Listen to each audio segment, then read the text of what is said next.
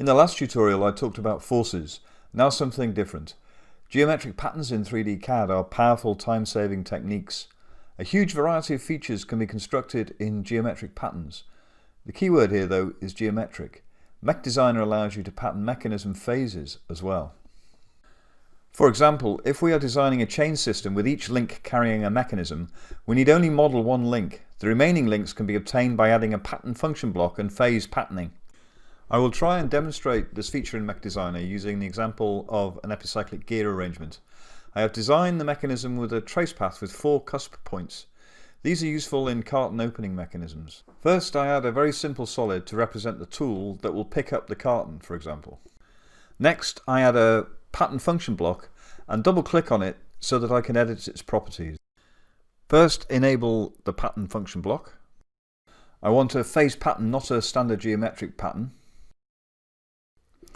Then I select the solids that I want to pattern by unlocking the edit area and making my selection. And finally, I specify the number of phase duplications. In this case I want 4 because I have 4 cusps to exploit.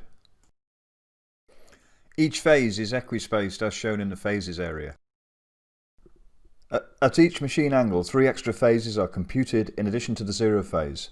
So for example, if the machine angle is say 10 degrees, then 3 additional machine angles will be computed at 100, 190 and 280 degrees.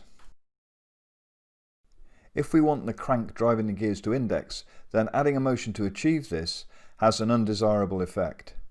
The non-linearity of the indexing motion causes the additional phases to be drawn in different positions.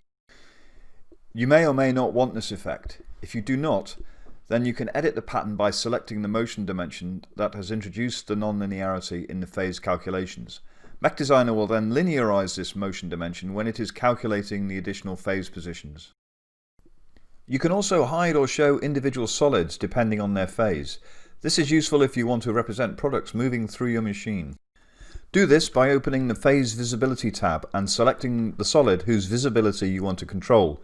The Phase Edit window will appear when you click the button. You can change the visibility by selecting a node and editing its value using the edit box. If you have the mechanism cycling, you will see the solid disappearing at the selected phase. Solids will disappear when the specified phase equals the machine angle plus the solid's phase offset. The effect is that the solids will appear and disappear at the same position on the screen.